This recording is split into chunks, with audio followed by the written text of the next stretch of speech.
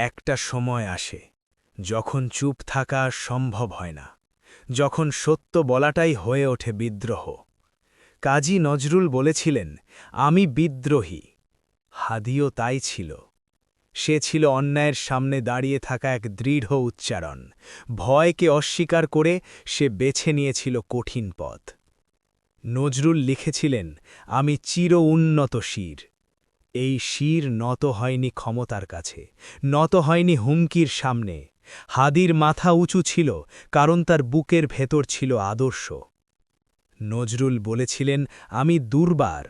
হাদিও দুর্বার ছিল, কারণ সে জানত একজন মানুষ থেমে যেতে পারে, কিন্তু একটি আদর্শ কখনো থামে না। তার কণ্ঠ থামানো গেছে, কিন্তু তার কথা নয়। তার শরীর থেমে গেছে, কিন্তু তার সংগ্রাম নয়।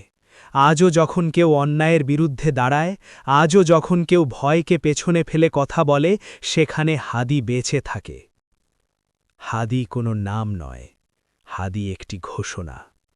বিদ্রোহ থামে না, আদর্শ মরে না।